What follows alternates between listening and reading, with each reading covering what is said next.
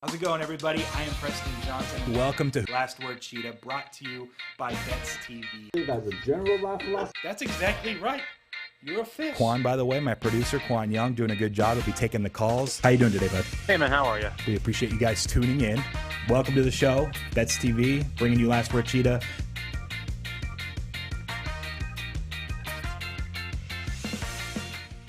How's it going, everybody? Welcome to Last Word Cheetah, brought to you by Bets TV. I am Preston Johnson here in studio in Southern California, hanging out with Qwan Young on this lovely Thursday afternoon.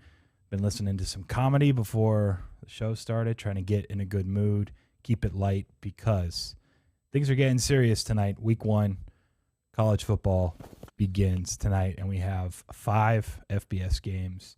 We've talked about some of them up to this point in the week. We're doing a betting extraordinaire show in an hour. A new day 1. Sarab lost yesterday. Day 3, his shot at 25,000 down the drain.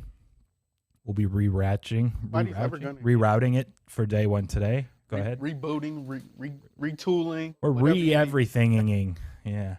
So that'll be another shot for whoever wants to call in an hour, but it is based on college football tonight. We're going with 4 favorites. You can actually did a little Twitter poll, in advance, see where everyone's kind of leaning. Maybe I should just bring those up right now, actually. We are going to open up the lines here on Last Word Cheetah, 661-515-BETS. As usual, take your calls, either games that you're looking at for tonight or over the weekend for Week 1 college football, even NFL if you want to start locking in stuff for the following week. So the poll here is it's pretty straightforward.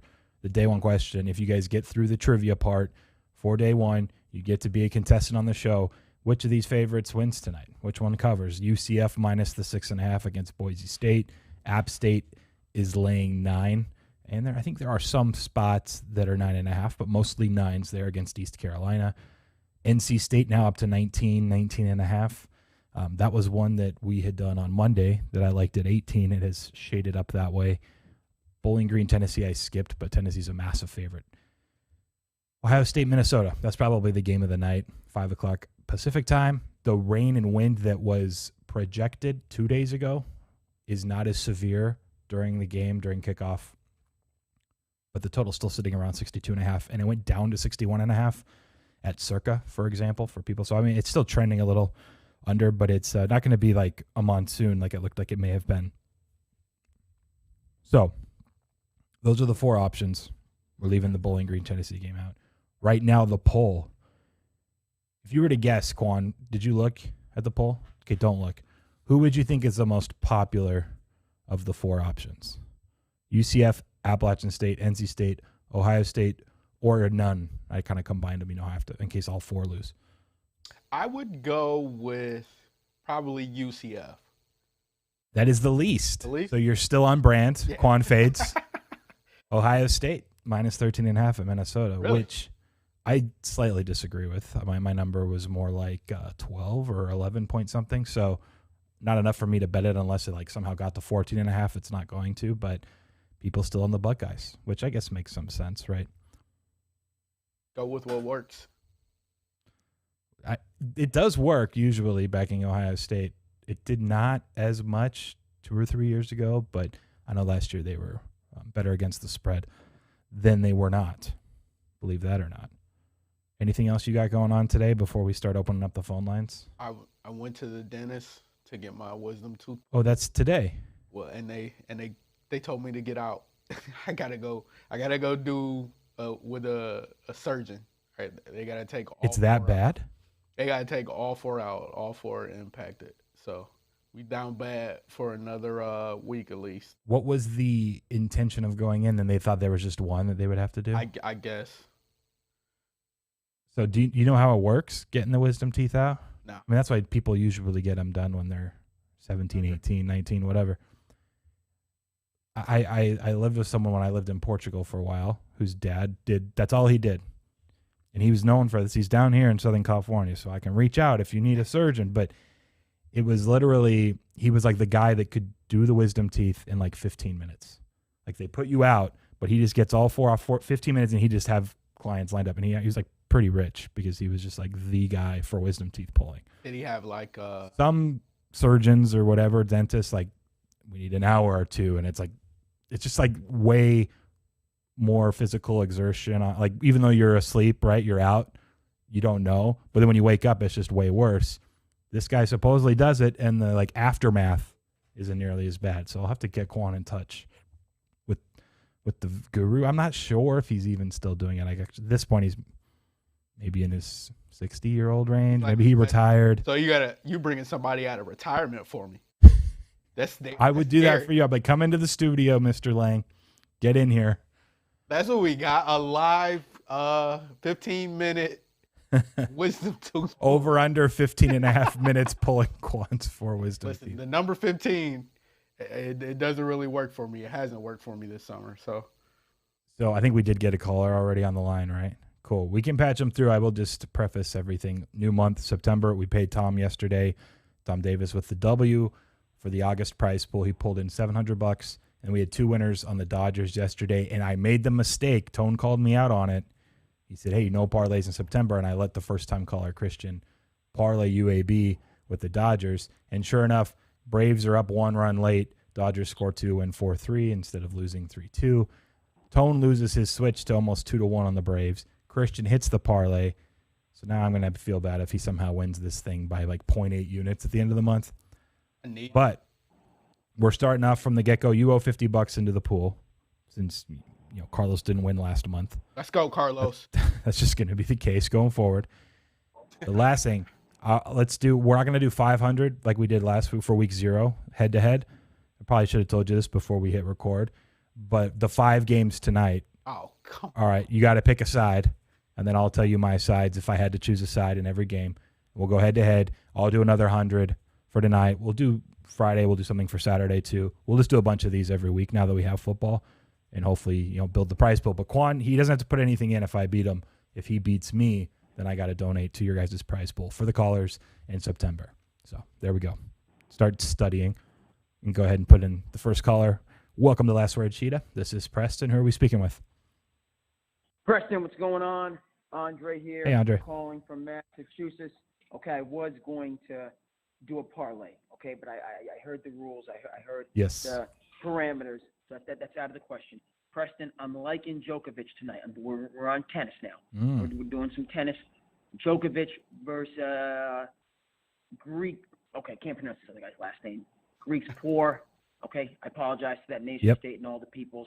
No disrespect, but I don't have the numbers particularly right in front of me. But whatever it is for Djokovic, Preston, okay, that's going to be the play for this Thursday. He's going to go in there and get the job done and take care of business. In conclusion, we got a number of calls I know stacked up, but Djokovic, come on now. This could put him over the top in terms of Grand Slams. I didn't realize that he was tied with Federer and Nadal, both if we're out of the U.S. Open. And so how he has, obviously Nadal with the French Open dominance and then Federer, the longevity. But Djokovic, I don't think a lot of people realize he could be the greatest tennis player of all time. And for tonight's purposes, he's going to get me off on the right foot. Shout out, respect to Tom. But September is going to be Andre's month. So go ahead and do what needs to be done to collect the prize. Thanks for taking the call as always. I'll get back with you guys tomorrow. Right on. Take it easy, Andre. So we can lock him in. It's minus 10.5 games, minus 117. By the way, Qwan, once you write that down, we need to hit that front light up on top up there. It's not on. If you get a chance, you can do a little fire drill, stop, drop, and roll under the camera move. Last time you tried it, you failed, but there you go. Or the crab crawl, football style. There you go. I believe you. Maybe you did play in the AFL. There's a chance. There we go. Look at that. It's a little bit brighter now. I'm looking probably a little bit redder. This is the story of my pale skin life. All right. I wanted to say, though, to Andre's point about Djokovic, I believe it was Ty who called early this week. Maybe it was Monday. And also may not have been Ty, but he was doing tennis. But he thought it was interesting that he thought it was a rare opportunity where because of this, Djokovic's chance to overtake the lead for majors. And I also think he generally performs worse, he mentioned, in the U.S. Open and the humidity and that type of thing and the weather. He said it was a rare opportunity to get, it might even been plus money field against Djokovic, or Djokovic was a slight plus money and then the field was like minus 130, minus 140 range. But I forget exactly, but Ty was actually kind of embracing the fact that this is Djokovic's shot to be the best ever, right? To set history, and that the market had over-adjusted accordingly. So I am following this now. I'm very intrigued. And then Andre comes in. He's like, let's lay the 10.5 games against Greek Spore. Again, not sure if that's how you say his name, but that's the way Andre said it. So I'm going to go with it. Anyways, I think it's interesting. Follow the U.S. Open. Hi, we need you to call in and correct us. He probably would know how to say and pronounce his name. But I am intrigued because he mentioned that, and it was the analogy he used, much smaller scale, but kind of like the Floyd Mayweather, Conor McGregor type fight, where just the public draw is so heavy to seeing something historic happen that it influences the market a little bit. And in this case, he thought it was too much. So, again, following that, we have someone else to bring in. Are we good? Yeah, you can patch them through. Sorry, I just needed to break that down a little bit. Welcome to Last Word Cheetah. Who are we speaking with? Hey, Cheetah, this is Brian. Hey, how's it going, Brian? Good, how you doing? I am doing well. Were you Dodgers yesterday? I believe you called in a Dodgers. You got a W, right?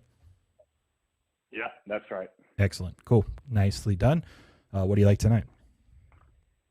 I'm just going to follow your pick pretty much and go with NC State tonight. Ooh, okay. Now the pressure's on. He's sitting up there on the leaderboard.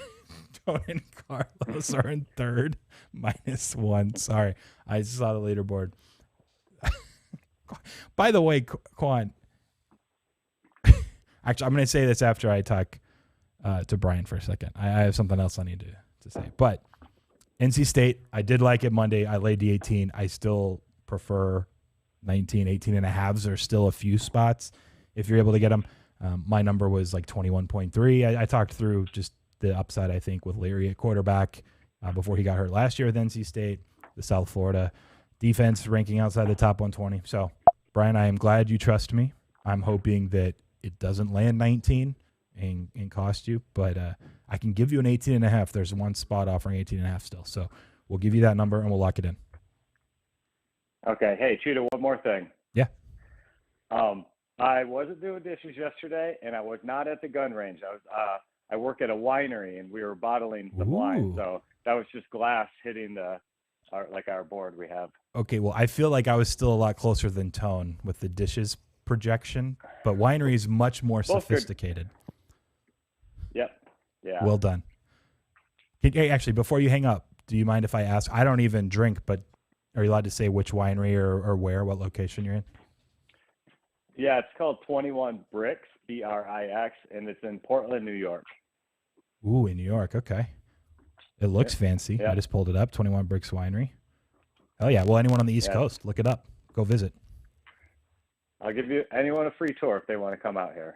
There you go. Mention Last Word Cheetah, affiliate promo tag Cheetah, 20% off a free tour. I don't know. I just made it up, Brian, but that's a sick offer. Awesome job. We'll talk to you tomorrow. There we go. Yeah. All right. Sounds good. Take it easy. It does look pretty sweet. It's right off Highway 20. It's like kind of, you don't think New York, you don't think open, pretty green, but I've also never been anywhere in New York outside of the city. So anyways, we have someone waiting on the line? Yes. Okay, don't patch them through yet. I need to ask you about something. Yes. Right before we started this show, I was playing a YouTube clip. It was a Key and Peele. Yeah. And it was the one where he's a substitute teacher. He's like, I've been teaching in the inner city for 20 years. And he pronounces all of the students' names wrong. I just need to point out that you spelled Christian intuitively, subconsciously with a K. No, he said it. He said it was with a K. His name was spelled with a K. All right, I didn't know if it was like shout out to the YouTube video we were just watching or what, but usually it's CH. Yeah, that's what I asked. So he's with a K. He said it was a K. Fair enough. It actually makes sense. There's some crazy Utah. Remember the Mormon money line? He said he did his LDS mission in Santa Clarita, where I grew up. They find weird ways to spell names it actually adds up. So I believe you. I don't think it's a cover. He probably does really spell with a K. We gotta see when he calls in. He can double down. He can tell me. He'll know what I'm talking about if he's listening right now. There's some weird Utah Mormon names that just don't even make sense. They put X's on everything just because they can. And anyways, I'm not going to go there in my life. My two kids' names are a little less that. Let's patch through the next caller. We got a new caller. Brand new. Yeah. Hell yeah. Welcome to Last Word Cheetah. Who are we speaking with? Hey, this is Ken. How you doing? I am doing well. Where are you from? I'm calling from D.C. I'm from all over the East Coast, but right now I live in D.C. Okay. We have another caller that calls regularly from D.C. His name's Carlos. I'm not sure if he hired Ken to actually call in for him to try to rack up some W's for September. I've heard his calls, and our objective for picking games are very different. So that's probably good for you. That was polite. It was a good way to put it. Yeah, for sure. What do you like? Are you looking at college football? Yeah, mainly college football. I'm gonna try to call you all month. We'll see how it goes. I have meetings usually at 4:00. I'm a data science manager, so I do like data science for sports. Okay. So I'm gonna take Bowling Green plus 37, I believe. It is up to 37 now. I got steamed this morning. Yeah, that's just way too high. So I'm gonna lock that in. I actually agree. I have it below 35, so now you're kind of getting the semi-key number in that range. And I will add, right. Plus you got the 28 plus the 3 field goals, maybe somehow lands 37 as a push percentage that's at least higher than 36 would be. But I will say this: the Heupel brand new offense, so up tempo, it could take some time for them. I'm not sure they scored 38 points, right? Maybe they hold Bowling Green to 0.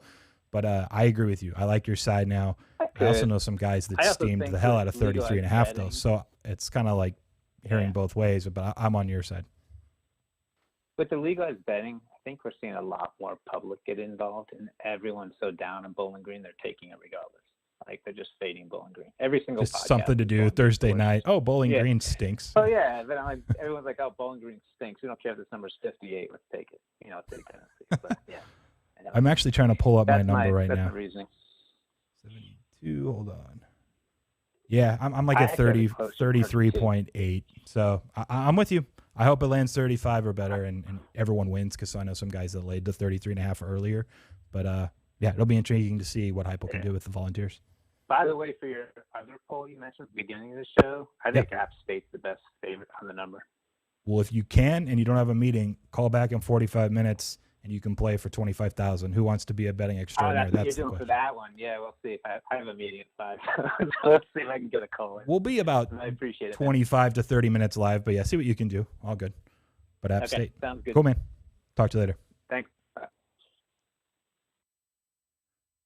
Who's up next? Andrew from Chicago. Has it been a while since Andrew called in? When was the last time? Andrew, welcome to the show. When was the last time you called? What's up, guys? How you doing? I talked to you yesterday for a little bit about the UCLA, USC. That's right. Okay. It's been a month, so I'm glad to be back with you guys. Excellent. What do you like for today? I love NC State tonight. USF was an absolute dumpster fire last year. I think they went 1-8, and their only win was against Citadel, which, that really speaks for itself. I think most of their offensive line is back. Most of their defense is back. Quarterback's back from injury. This is that perfect tune-up game. Obviously, the market thinks that too, since that number's gone up. So I do like them. I just can't decide whether I like a more first half with the smaller number, because you always run the risk of some getting the backups in the fourth, or if I just want to go with the whole 18.5 or 19.5. Okay, yeah, you can. There is one spot offering 18.5 still. Most of it's 19. I'll tell you the first half number for people listening is 10.5. So I'm pretty sure prefer laying the full game unless it was 10. And since it's not, I think it's better off the top of my head, laying the full game. There were some 10s before today. It moved from 18 and started pushing 19.5 even some places. So that half point on the first half is pretty valuable for a key number like 10, especially for half of a game. So I would go full game. That's what I would recommend. Okay, we'll definitely lock in that 18.5, and I'll try and call back later and hopefully get the question right for today's betting extraordinaire as well. That's right. Excellent. We appreciate it, man. We'll talk to you later. Thanks. Take care. Surprised Carlos hasn't come back in to retaliate yet. Guess who's up next? Tone? No, Carlos. Oh, Carlos. Oh, he did call back in. Carlos, what's up, man? I have a correction Preston, too. you know Before he goes off. He hit yesterday. The Reds won 12-2. I think I was looking at the doubleheader. You were so excited to post a -1 on it's the just, board. It's just ingrained in my DNA to think that he lost. Even worse for Tone to be the lone -1. So here's the updated graphic. Me, bro. Yeah, I know he has the 5-1 bet on you now. Another $50 every month to my $250. Carlos, well done. Man. You got the Reds. It was an easy one too. Qwan's on top of it. What do you like? And by the way, you have someone now competing against you out there in DC. What do you like? Yo, that's tonight? my cousin Ken from Southeast DC. It's my man. No, I'm joking. I don't know the guy, but I figured he was a ringer. listen. Something you're trying to get more shots at winning the month. Ken, please call. Exactly. Yeah. Hey, Ken's the guy, man. You know, represent the city. That's what's up. I like Ohio State first half -7. Ooh, Bam. okay, why is that? I will break it down to you when I call the Betting Extraordinaire show at 5 Well, you don't o'clock. have to break it And down I'll be there actually- because for the show, it will be full game. You won't be able to do first half. So is there a reason you're going first half instead of full game right now? Well, I'm gonna say the full game for later. I'll break it down. But I just think that, you know, CJ Stroud's gonna come out, light things up. Ohio State is the cream of the crop of the league. So, you know, I don't think Minnesota's gonna have a chance in hell, to be honest with you. I think they're just gonna, they got the one running back, Ibrahim. I just think they're just gonna just overwhelm them and get the W early. Do you know anything about CJ Stroud? Is this first start? Yeah, like anything more than that. No. I'm intrigued to see how he Not plays. too much. Replacing Yeah, I Justin mean, Fields. Yeah, they're not gonna lose on Ohio State is the cream of the crop. Okay. So We will Minnesota's lock you gonna be in. our first victim. First half -7, just -110 flat there. And then, try to call through for Betting Extraordinaire in about 45 minutes. And you can tell us why else, apparently, you like the Buckeyes. He's saving it, guys. He's saving it. Talk to you later, Carlos. All right, man. Take care. Qwan was having, are you talking to, a cousin? I mean, you can patch him through. I didn't know who you were talking to. It was a lot louder than usual. All right, it's Tone. All right, Carlos Tone. That's how we like to see it. Tone, what's up, man? How you doing?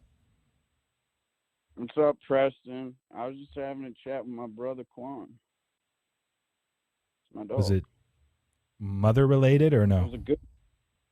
No respect. Why would you talk about that man's mother? That's what I was Respect. wondering earlier this week, sir. 2 days in a row. What's the deal today? Curse words or what? I might need to rip a few because Chris Martin's he can fuck off. I can't believe the Braves did that last night. 2 outs, just let up a hit. Then you fucking walk a guy. Then you let up another hit and just blow it. It was impressive, but it's to be expected. Braves baseball. Nearly a 3x swing for Tone. It was the right side, in my opinion. I liked the price. Scherzer love was wild, although Scherzer was pretty good for most of the time on the mound. Yeah, he was dominant. Uh-huh.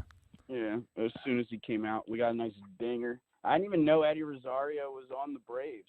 That was an interesting twist. But he The can same hit a one that heater, played I'll for tell the you that. Twins 6 years ago. Yeah, That's funny. yeah, and he was on I didn't know that Indians either. at the beginning.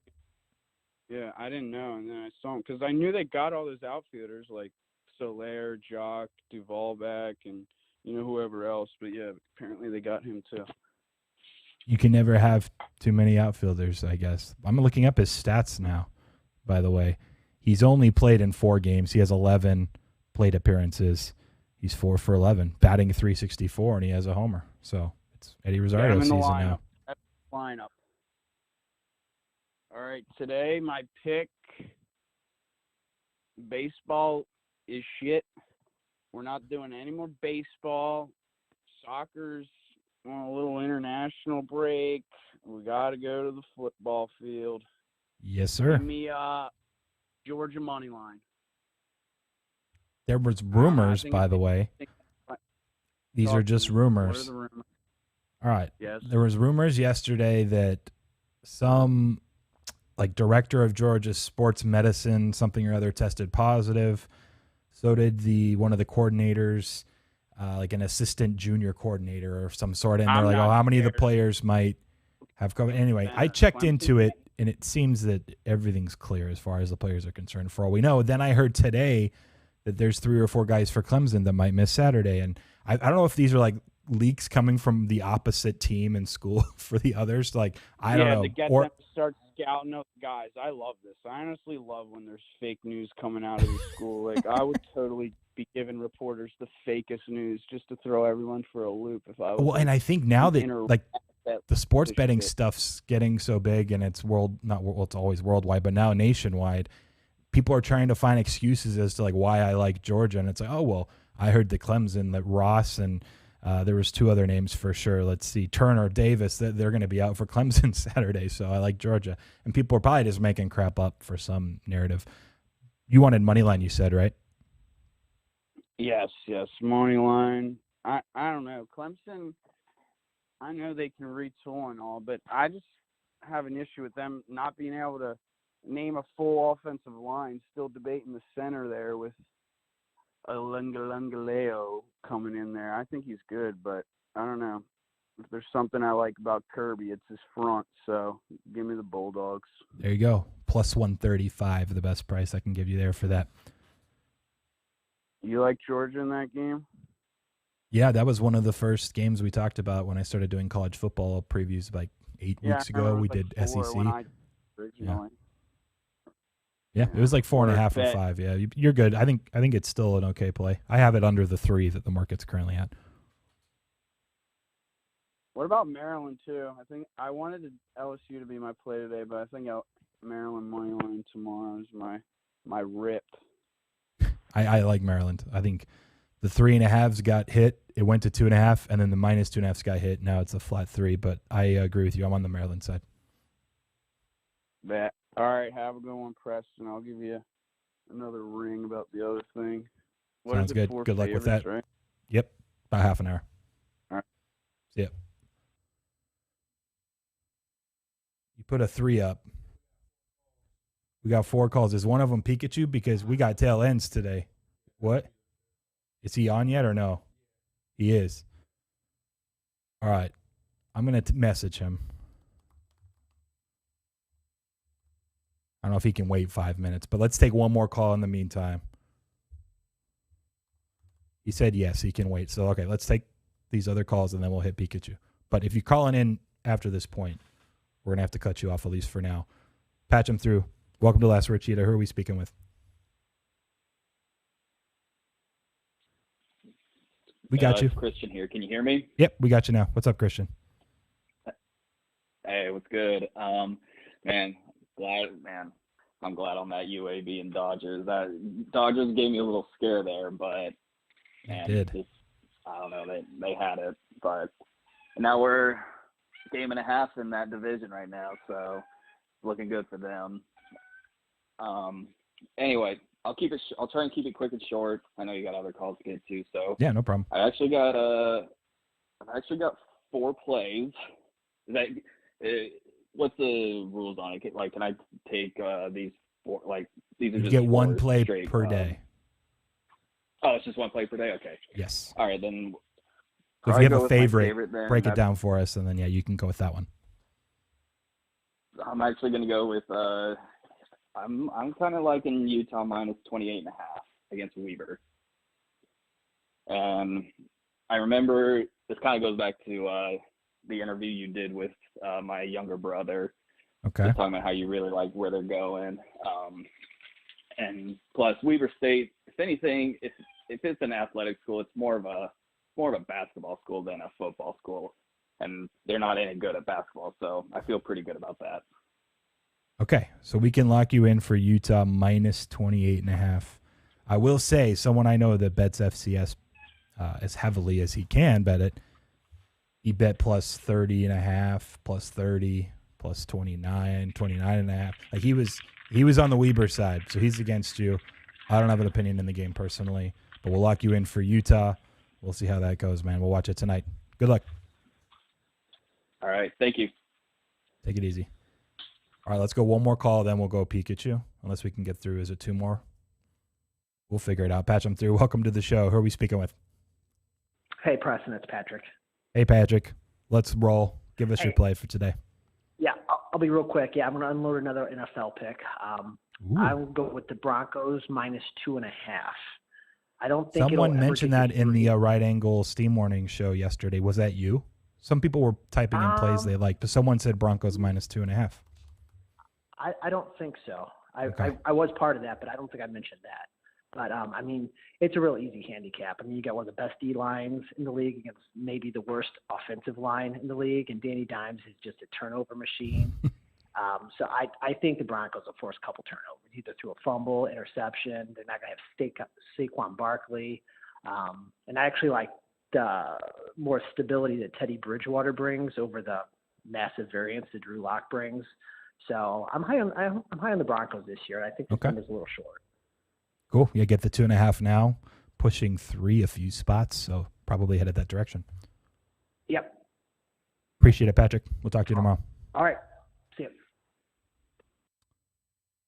Yeah, we'll take the one more. Pikachu can wait one or 2 more minutes. We'll be good. Welcome to Last Word Cheetah. Who are we speaking with? Preston, Sarb. How's it going, man? Hey, how's it going, Sarb? Sorry about yesterday, man. 0 points for our guy from former Clemson QB. Yeah, it was rough. Jacksonville State, 2.6 yards. I don't know what he was doing. Yep. But anyway, let's regroup for today. I'll do the over in the NC State game, man. Okay, I like the same side. I like the over, and I like the favorite on that one. So we talked about it a little bit yesterday. I believe you get 58.5. Let me double check.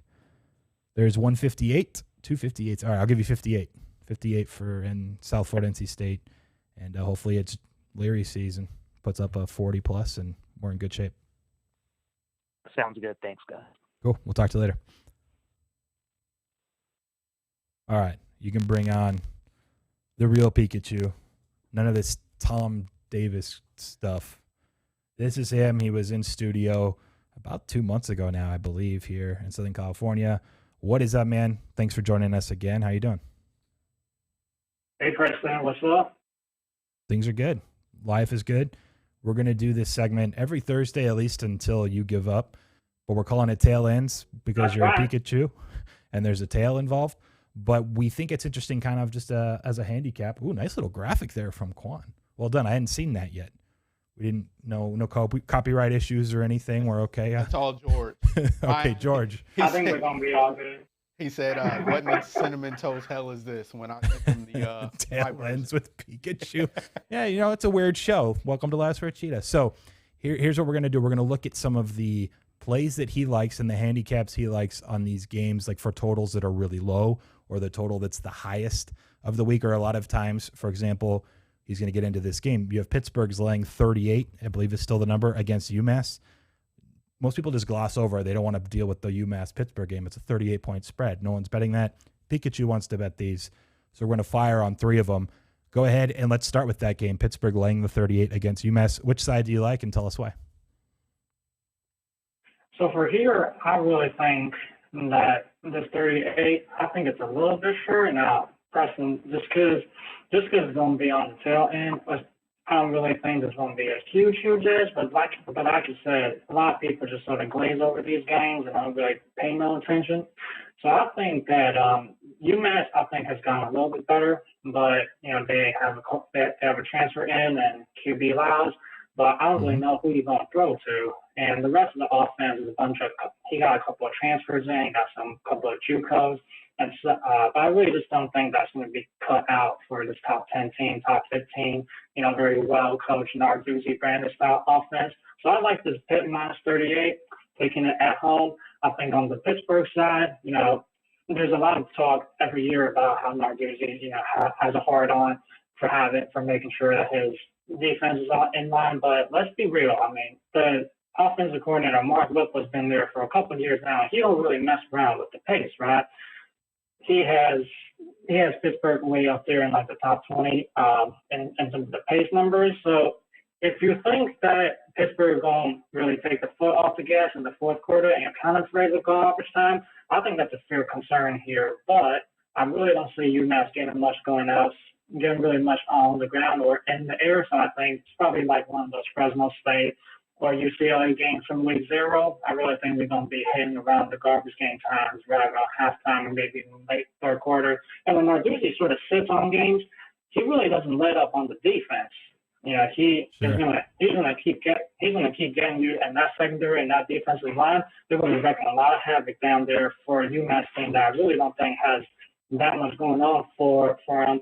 Just to take a little trip back to 2019, the last time UMass and UConn played. I mean, UConn, for all we know, for last week they haven't been playing for the past year. But in 2019, when both teams were real healthy, UMass led them in for 540 yards.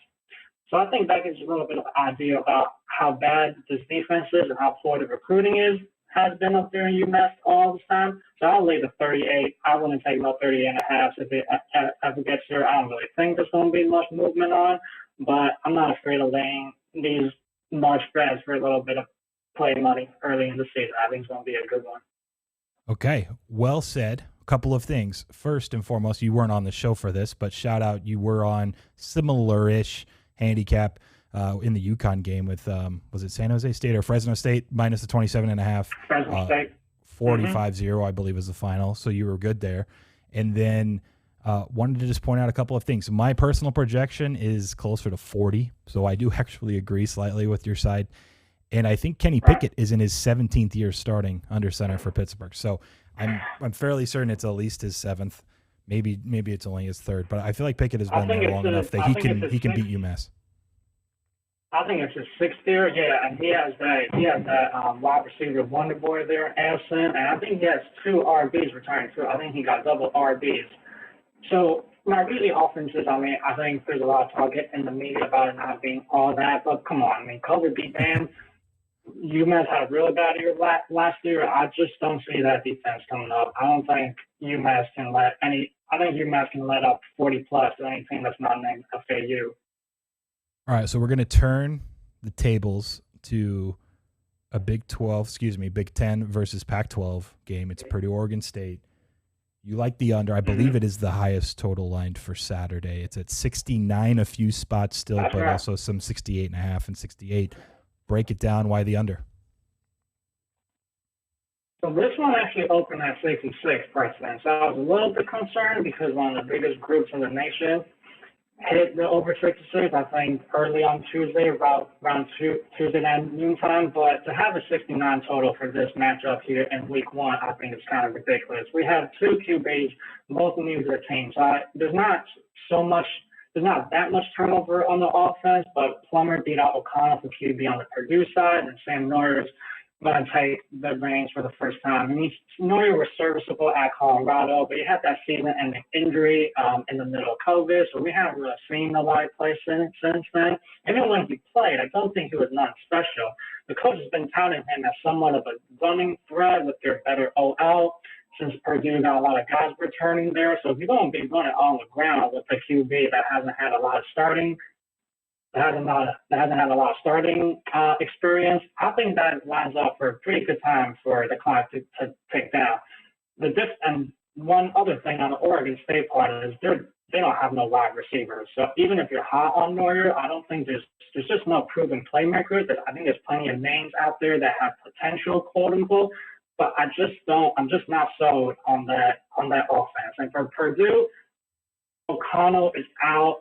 I was a little surprised. I know the preseason projections and the news from Cam had Plummer taking the job. I think it's really hard to know what to expect out of him. He could have some upside, but overall, it's just a question mark.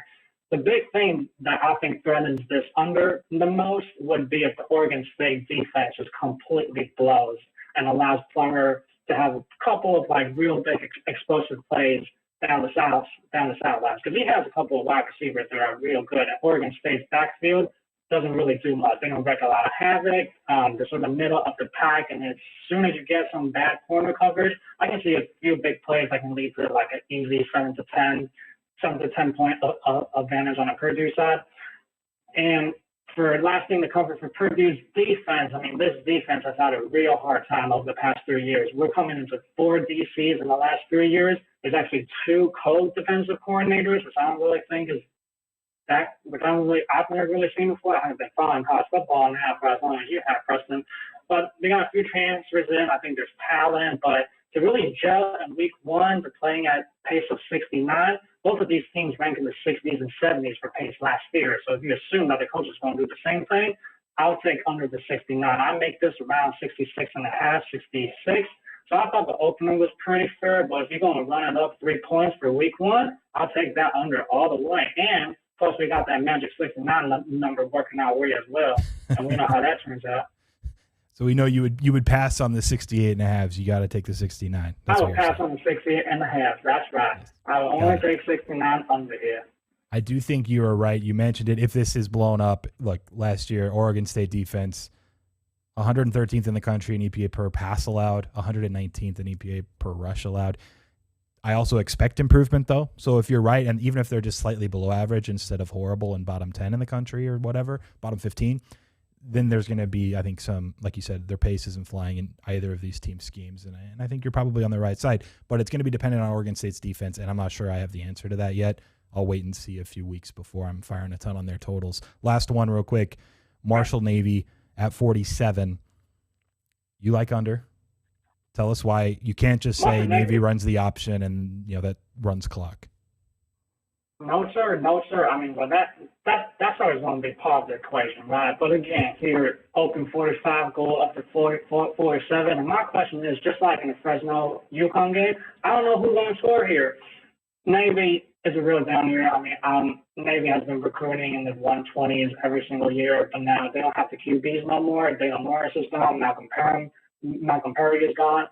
I think those boys have been carrying this program for the last couple years, and I don't really see much running game here. Now, Numatolo always sort of finds some way. I think they do real good prep out there in the service academies. I think Air Force sort of always plays a little bit above what everybody has their preseason projection as, but I just don't see any playmakers on offense. I think the secondary last year ranked kind of high. I think they were top 30, somewhere in that range. So maybe they'll be putting a little bit more emphasis on the defense now. And yes, the triple option is in there at 47 is kind of low, but Navy ranked 121 in pace. I mean, they ran 59 plays a game.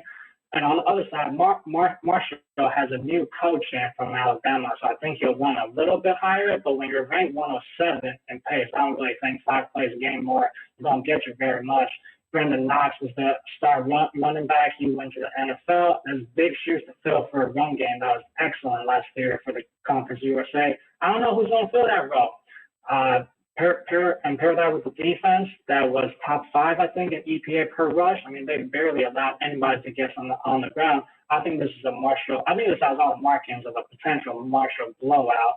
Now, to talk about blowout in week 1 against teams off of the COVID season is a little kind of funny, but I think 47 and some 47.5 out there, that's a good one that I'm going to keep an eye on. I just don't think anybody's going to really score much if both QBs are not going to be passing that much. So I have a follow-up question, and then we'll let you go. Grant Wells, quarterback from Marshall. I'm not sure if he was a true freshman or if it was just his first year under center last year. But I remember sweating. I think it was the App State game. It was part of the Moneyline Underdog Rod Robin that I do every week. They beat App State week 2, 17-7. I watched Grant Wells throw against Eastern Kentucky the week prior, who they beat 59-0. This guy, has an arm. He was dropping dimes. I was like, holy cow, who is this kid? This Marshall offense is ridiculous. They went right after upsetting Appalachian State. They go into Western Kentucky. They win 38-14. They go into La Tech. They win 35-17. They beat Florida Atlantic with the best defense in the conference and top 5 of the nation. They won 20-9. They dropped 51 on UMass, 42 on Middle Tennessee State. Then they played Rice and scored 0 and lost 20-0. They only scored 13 against UAB and 10 against Buffalo. What happened to Grant Wells the last 3 weeks? Because if you take those out of the equation, I could never touch under 47 here. I think the Marshall offense could explode, especially year 2 with Wells. Were you following any thoughts, feelings on Grant Wells? Because it was the weirdest change, and Rice stinks. To score 0 against that team, I'm not sure if there's a secret injury. I'm seriously still befuddled to this day. It was one of the things I circled at the end of the year. What happened to Grant Wells? Right, so I don't exactly remember that particular last game, but I just remember down the stretch, Marshall kind of seemed like they just burned out. I think they were making they were committing these turnovers that you wouldn't normally see them do, and it just got a little bit messy on the offense. And I agree, Grant Wells can really air it. I think he's going to be a redshirt sophomore this year. It's going to be his second year under center, and he can definitely air it out. However, I think last year Marshall ran up a lot of scores right on the ground, and Brendan Knox was responsible. And you could count on at least 1 to 2 TDs just from him. And like I said, I don't think they have another rusher that's going to be able to fill his shoes up. So let's assume that Grant Wells goes out and gets about 30. Let's assume he gets, puts up 32, 35. We're going to need at least 12 from maybe to break this 47. I just don't think with this defense, with this top-ranked defense that returns as much as the rest of the country is going to return this year, I don't think Navy's going to put up more than 10. If Navy puts up more than 10, then I agree. Grant Wells explodes. This is done. But I'll take my chances on maybe 5 years recruiting 125th and down with no QBs now to carry on. I'll be down on Navy and take this under. Okay, there it is. Thanks for your time, Pikachu. Next Thursday we'll have you back. We'll take another 2 or 3 games and you can break them down. We appreciate your time. Thank you, Preston. Take care now. Good luck this weekend. It's so confused. Literally, you're 7-0, and I know it's a weird COVID year, and it's like, you're 7-0 and you're Marshall, and you're playing Rice at home. I don't even know if Rice has won a game before that in 2 seasons. They scored 0, and Wells threw 5 picks, so he was right. I think he was saying there was a bunch of turnovers. 0 touchdowns, 5 interceptions. Then at that point, UAB was really good. They lost to UAB. UAB's defense we saw last night. Yeah. Shut down Jacksonville State. And then the Buffalo in the game, there was 17-10 final in the bowl game. But it was just very strange. But to be 7-0, playing Rice at home. And get blanked. And just get blanked 5 picks. What were they doing all week? There's just no way they were focused on actual practice or the game. It was one of the weirder results. If you go through just looking at box scores every week, that's top 2 weird result. Just makes no sense if you look at every other game on their schedule. Something was up. I'll get to the bottom of it one day, but that's where we're at. We have anyone else call in while he was rapping? All right, I know we got a bunch of the calls in before. We need Tom Davis to call. All right, Tom, if you do want to call, we have a few more minutes before we break, and then we'll fire the next stream up for Who Wants to Be a Betting Extraordinaire. Brand new day 1, which means everyone can call. Everyone's allowed to try to get through. If you do answer the trivia question right, you answer the day 1 question, which is just pick one of the favorites in the college football slate tonight. And if you're right, you move on to day 2 again. 7 straight days, pick winners, $25,000 with a few ladders along the way. $250 for day 3, $2,500 for day 5. Have a little fun with it. We're just gonna keep running these back. Yesterday, Sarab, he went with the plus the points on Jacksonville State, 31-0. Speaking of getting blanked, no dice, so we're running it right back day 1 again today. We're just gonna keep doing that every day, 5 Eastern, 2 Pacific. I don't know if Tom is back from the casino, back home yet. He said Thursday was either the day he was leaving or he would be back home. But we do have to give him another shout out. Actually, do we want to play, if we're waiting for him, should we play the recap? Do you have the tweet you could just play the video from? He's calling in now. He is? Okay. We'll play it after we hang up with him. For those that missed it yesterday, he's grinding at the sports book and he's calling into the show. And I was like, hey, can you go put $100 on a blackjack hand right now for us? And he went and did it.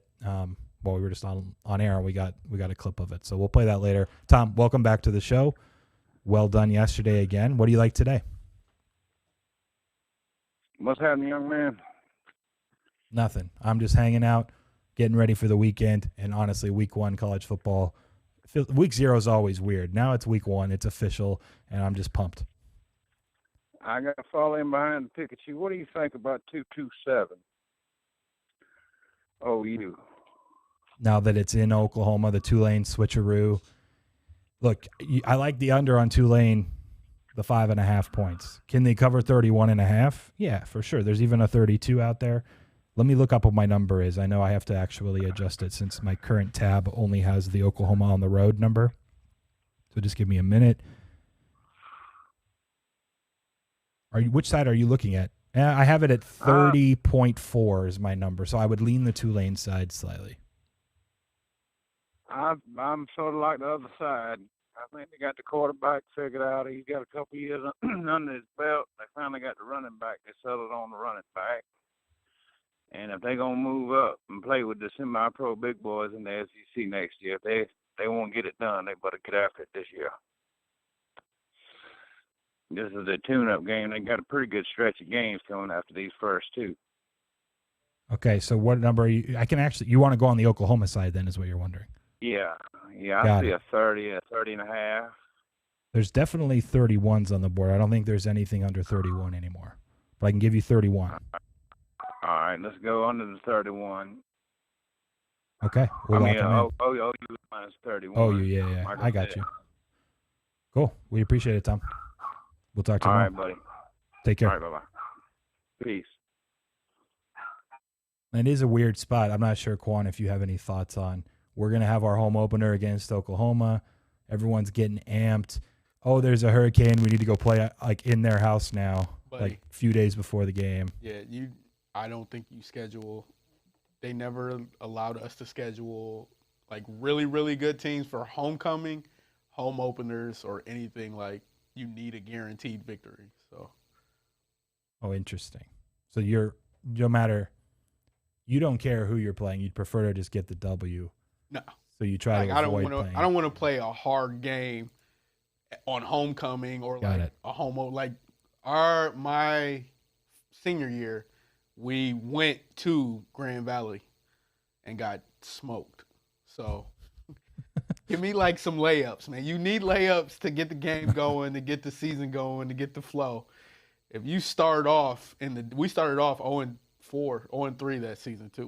We had all GLIAC schools, so Grand Valley, Indy, and then Wayne State when Wayne State had Joyke Bell and they had a pretty good quarterback. So it was not kind at all that first 3 weeks.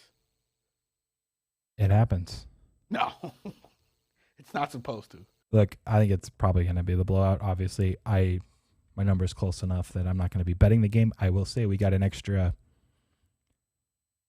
1/4 to 0.5% for some good fortune, having this Tulane game now flipped and being on the road for the season win total that we bet under 5.5. The fraction of a chance they would have beat Oklahoma at home is now less of a fraction of a chance. So a little good fortune our way probably wouldn't matter regardless. Obviously, Sooners are going to take care of business.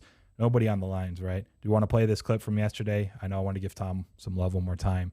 He's at the blackjack table. He has someone, I believe he said it was his sister, FaceTiming in. So let's run it, and then we'll close up, and we'll get ready for betting extraordinaire. Is the man, the myth, the legend ready? I can bring up the video. I think the video? Wait, he FaceTimed in? Yeah. With his sister's phone. Casino. He told me about it. I've been watching the last 10 We're not getting rugged this time at the blackjack table. We're going to win this. I'm going to turn the audio on. Excellent. All right. Tom, if he can hear us, I don't know if he can hear you. Tell him to go ahead and go play a hand, $100. We owe this guy $800 right now because he won $700 in August. There it is. Go. There it is. Make it happen. Tom, can you hear us? He's going for it. There he is. Listen, it's not Pikachu. Yeah, we know it's not Pikachu. That's the confirmation right there. Let's go. Hey, look at that guy's beard back there. Is that me? Oh, she's asking about the phone. Back it up from the table. That's all good. Good work over there. Good work, Mrs. Davis. Miss Davis.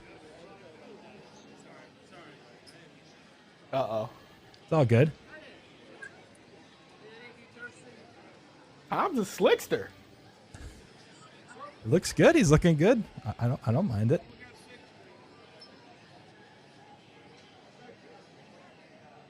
He didn't take our cards. We didn't. Oh, we did bust? That quick. Wow.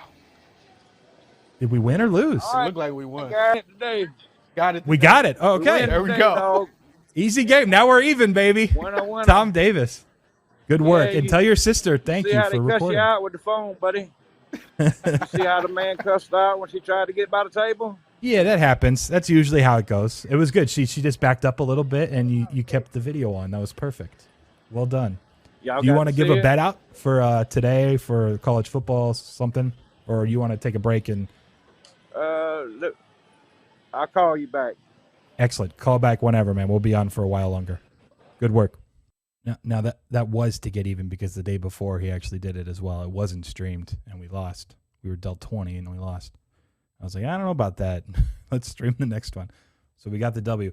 My wife watched it. The first thing she asked is that even legal? Like, well, I think so. I think it is. He's legally betting, and just she happened to flip the phone on, and we happened to be on a stream. But I don't know. No one yelled at me yet. Yeah. Hey, listen, man. You can get away with whatever as long as you don't get caught. As long as you don't get caught. Cool, man. We'll wrap it up. We appreciate Pikabets and Pikachu coming on, breaking down some of the tail ends, plays that he likes. Pop that graphic one more time so people can see 3 plays for Saturday, 2 totals unders, and then the one on the big favorite against UMass Pitt laying the 38. Thanks for all the callers. We had a bunch coming in early. It's a new month. We're tracking everyone's bets. And Qwan, I know we didn't get a chance to go head-to-head for tonight, so we'll do a little extra juicier one for the Saturday day games, which we'll talk through tomorrow. And by the way, those who've been asking about my Moneyline Underdog round robin, I post a play for every side Friday nights. I've done it for years. I'm doing that on the show as the Friday show. So tune in. I'm going to make you guys tune in. I do this every day, but just tune in Fridays if you only want those. And yeah, it'll be 4 Eastern, 1 Pacific. We'll be back soon in a few minutes. New stream. Who wants to be a betting extraordinaire? Your chance. Free chance at $25,000.